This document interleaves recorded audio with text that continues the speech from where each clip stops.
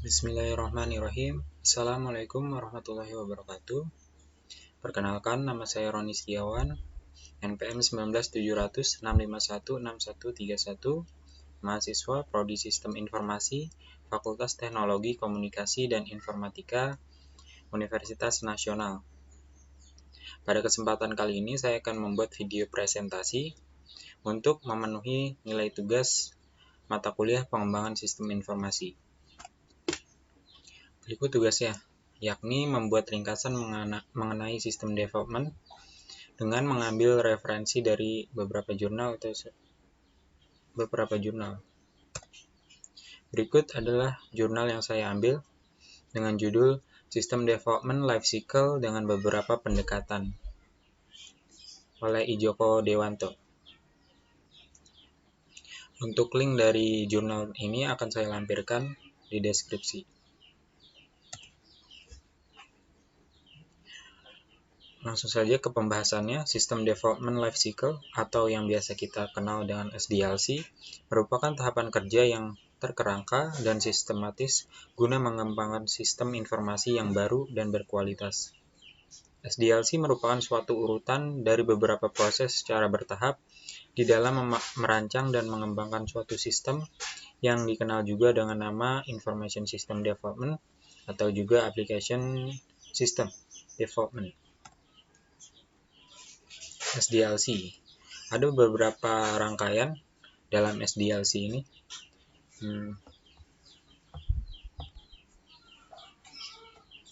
Yang pertama adalah planning, kemudian analisis, kemudian design, kemudian implementation, dan terakhir maintenance, dan begitu seterusnya.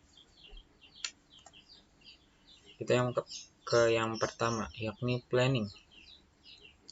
Pada saat ini perkembangan proyek sistem informasi dilihat dari segi kompleksitasnya dan kapasitasnya.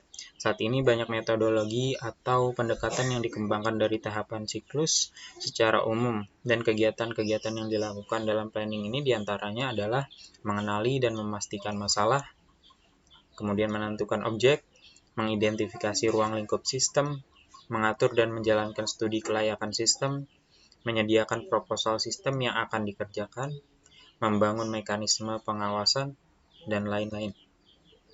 Kemudian ke analisis.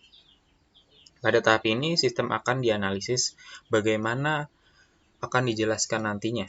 Hasil analisis berupa kelebihan dan kekurangan sistem tersebut, fungsi sistem, hingga pembaruan sistem yang dapat diterapkan. Bagian ini termasuk dalam bagian perancangan juga biasanya.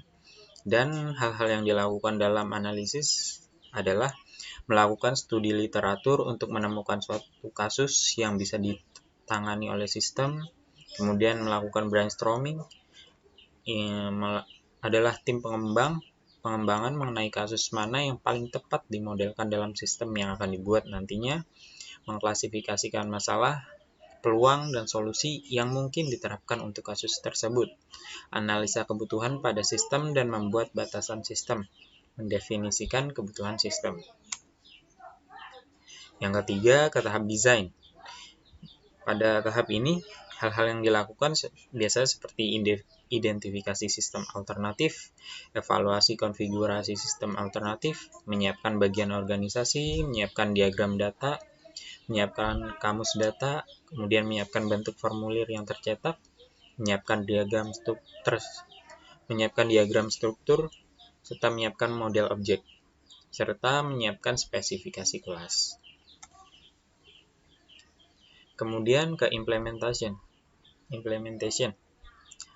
Dan pada tahap ini, hal-hal yang dilakukan seperti rancangan diterjemahkan ke dalam kode program, kemudian memenuhi sumber daya perangkat keras, menyiapkan sumber daya perangkat lunak juga, menyiapkan database, menyiapkan fasilitas fisik, kemudian melatih usernya, dan menyiapkan proposal implementasi.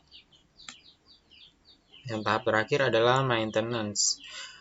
Penggunaan adalah tahap terakhir dalam sebuah rangkaian SDLC. Di sini sistem baru akan digunakan dalam lingkungan yang sebenarnya dan dilakukan pemeliharaan agar sistem selalu mampu menyesuaikan diri dengan perubahan-perubahan atau pengembangan dalam lingkungan.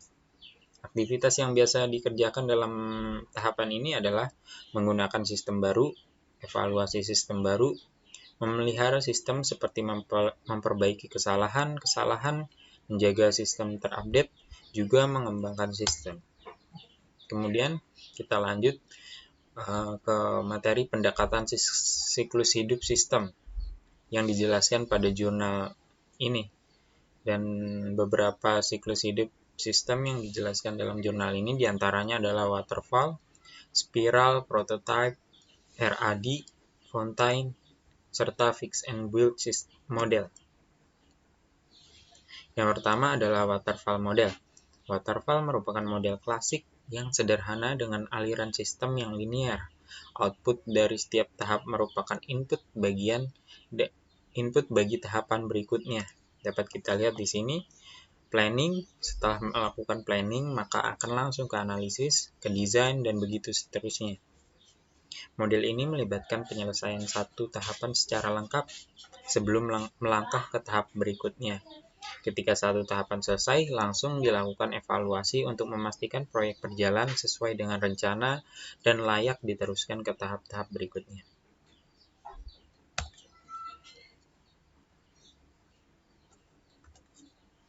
Kembali ke waterfall, kelebihan dari waterfall model ini biasanya adalah software yang dikembangkan dengan metode ini biasanya menghasilkan kualitas yang baik, serta dokumen pengembang sistem sangat terorganisir, karena setiap fase harus diselesaikan terlebih dahulu secara lengkap sebelum langkah ke fase berikutnya. Namun kekurangan dari sistem ini seperti proyek yang sebenarnya jarang mengikuti alur skenario yang telah dibuat dan diusulkan, sehingga perubahan yang terjadi dapat menyebabkan hasil yang sudah didapatkan tim pengembang harus diubah kembali. Iterasi sering menyebabkan masalah baru. Terjadi pembagian proyek menjadi tahap-tahap yang tidak fleksibel karena komitmen harus dilakukan secara bertahap dari awal proses. Kita lanjut ke siklus hidup yang berikutnya, yakni spiral mode. Model ini mengadaptasi dua model perangkat lunak yang ada, yaitu model prototyping dengan pengulangannya dan model waterfall dengan pengendalian dan sistematikanya. Model ini dikenal dengan sebutan spiral Boehm. Pengembangan dalam model ini memadupadankan beberapa model umum tersebut untuk menghasilkan produk khusus atau untuk menjawab persoalan-persoalan tertentu selama proses pengerjaan proyek.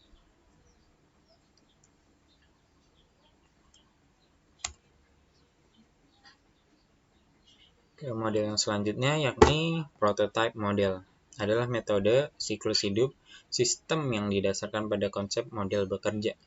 Tujuannya adalah mengembangkan model menjadi sistem yang final, artinya dapat dikembangkan lebih cepat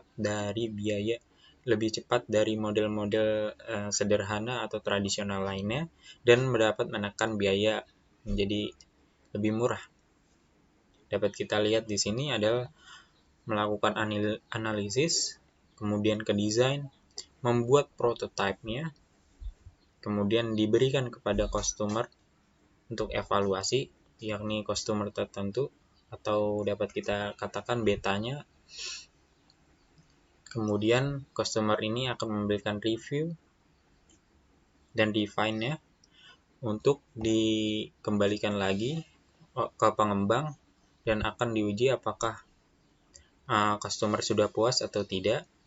Bila tidak, akan diulangi lagi proses prototyping-nya. Begitu apabila customer sudah melakukan persetujuan atau puas atau dapat dikatakan customer approval, maka akan lanjut ke proses development, kemudian melakukan testing lagi, kemudian dirilis ke publik.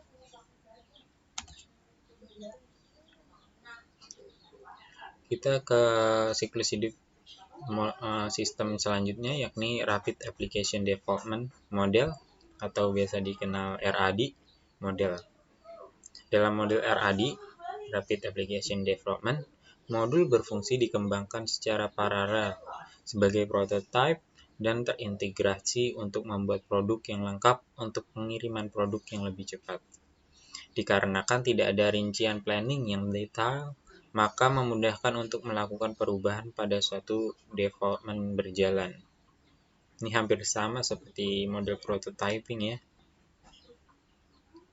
yaitu melakukan planning, user design, prototyping, test, define, kemudian melakukan konstruksi, kemudian cutover.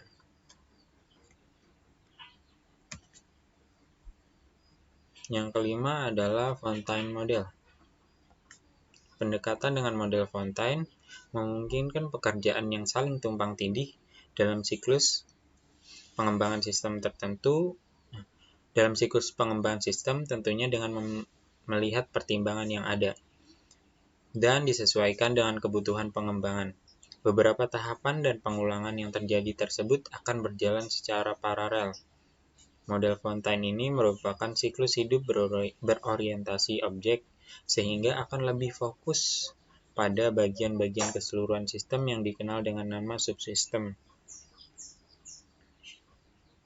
Ya, dapat kita lihat di sini adalah analisis, kemudian requirement spesifikasi, lakukan desain, pengkodingan, testing integrasi, kemudian pengoperasian, lalu dilakukan maintenance ataupun evolusi.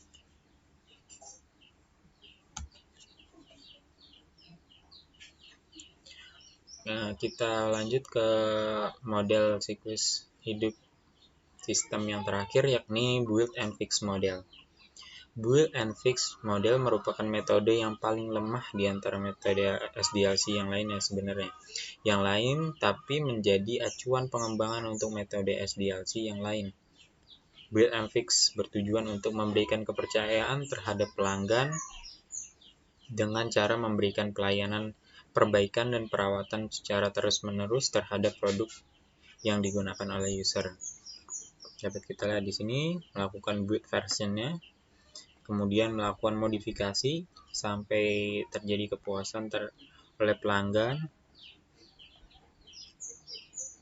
melakukan maintenance, apabila merasa ada kekurangan akan dimodifikasi lagi sampai terjadi kepuasan pelanggan. Sekian presentasi video saya. Mohon maaf apabila ada kekurangan. Wabillahi taufiq wal hidayah. Assalamualaikum warahmatullahi wabarakatuh.